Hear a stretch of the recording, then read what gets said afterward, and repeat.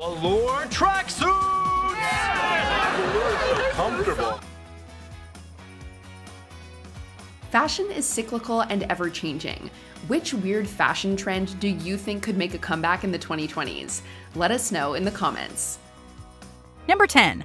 Popcorn shirts, also known as magic bubble shirts.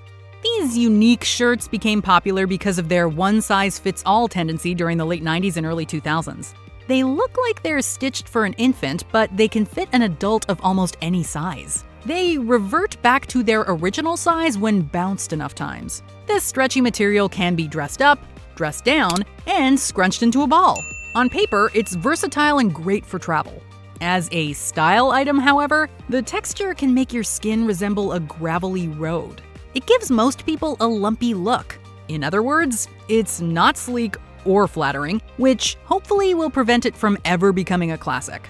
Let's keep popcorn where it belongs, in the microwave. Number 9. All pleather. The only good thing about this style is that no animals were harmed in its making. Are you wearing pleather? Oh, well, yes, I am, and thank you for noticing. Many pop stars of the aughts have been captured sporting an all-pleather ensemble, or outfits that are similar to the material's essence.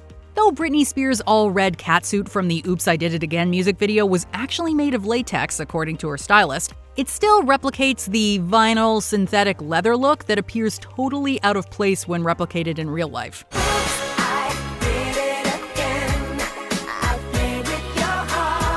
The aggressive texture of pleather doesn't look comfortable. Unlike real leather, a material that's also debatable, imitation leather is stifling and sticky. Little about all pleather is sensual, and when it covers your entire body, it's more prone to make you look like a not-so-cute animated character than anything else.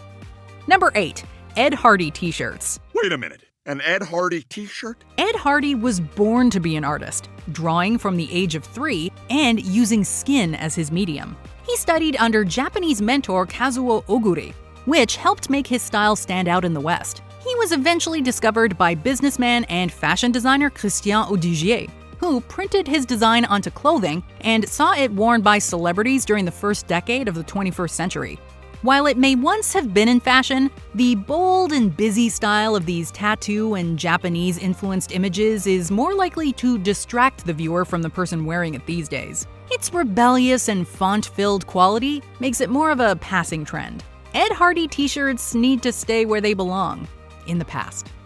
Number 7. Trucker hats. Is that a trucker hat? Still? Though this type of baseball cap may have been cool in the 2000s, we'd rather have fedoras back in style these days. Between the 1930s and 60s, truckers were given highly functional mechanics caps. Newer versions of these were made in the 1970s, which featured a mesh at the back and gave way to what we know as trucker hats. Despite the fact that their design came from baseball caps, they're more often more curved at the front, which can give the illusion that your forehead is extending out from your face. Meanwhile, the mesh part at the back exposes half of your head, and we're not sure why since, hats are meant to cover your head. I can't believe he gave you his angry trucker hat. Number 6. Denim miniskirts over leggings. The 80s were great for many things: electronic music, VCRs, DNA fingerprinting. Denim miniskirts with leggings and/or leg warmers? Not so much. We understand that brightly colored legs can give off a girlish, excited feel, but the combination is somehow too much. Little is cuter than a miniskirt, but if they're made of denim fabric, they can sometimes get a rough around the edges feel. A lot of the cuts can diminish the waist-to-hip ratio. As for leggings and leg warmers, a more is more philosophy isn't always the best one when it comes to fashion, as it shifts the focus to the items from the person wearing them.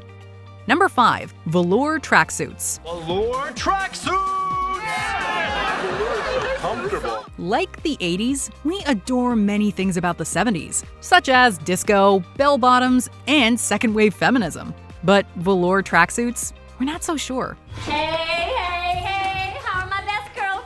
The two-piece matching ensemble makes you look like you're getting ready for a workout, but the shiny, velvety texture says otherwise. Grazia Daily writes that the reason this, quote, luxurious take on loungewear is likely to return is due to everyone staying home during the COVID-19 pandemic. They may be more comfortable than resorting to sleepwear, but that doesn't mean they're more flattering than at least some pajamas. Hi, Kayla. It's Nicole Richie. I have to ask you a few questions. Could you please meet me at Face-Off Circle right now? Paris Hilton may have pulled them off in the mid-noughties, but they could still go wrong very easily. Though we are all for the comfort of nostalgia, not to mention the comfort of sweats, we are happy to leave the existence these ever existed on our MySpace.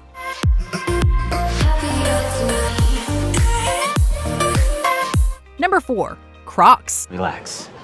Feel the breeze on your feet.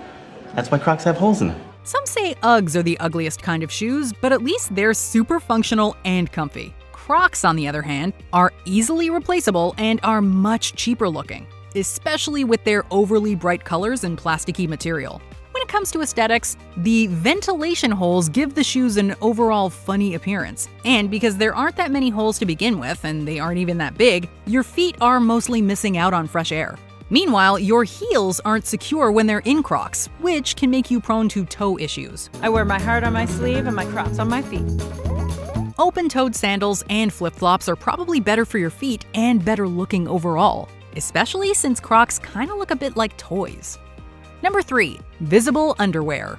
We're lucky to live in a time when, at least in some parts of the world, no one gasps if they catch a glimpse of your underwear.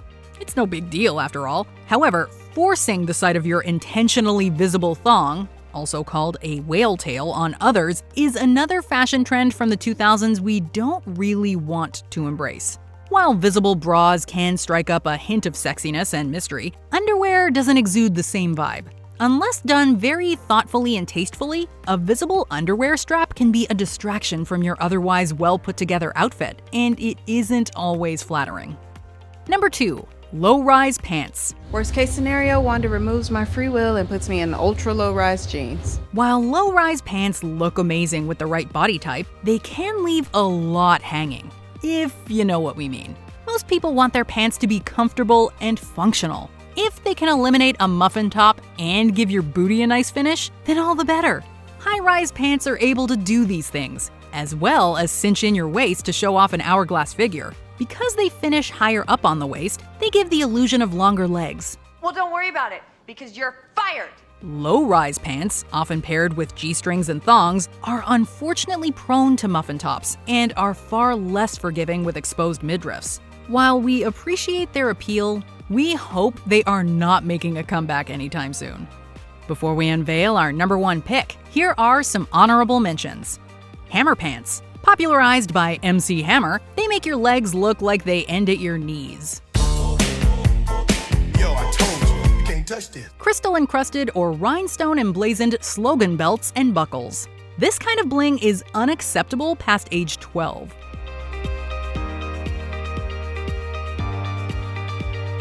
Platform sneakers. What exactly is the appeal of chunky-looking feet?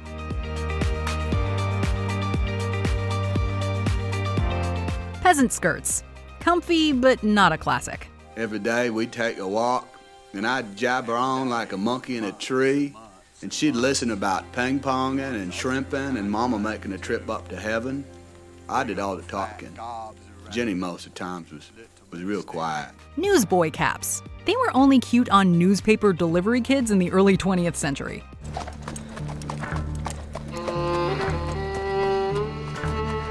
Number 1. Shoulder pads. God, Veronica, drool much? His name is Jason Dean.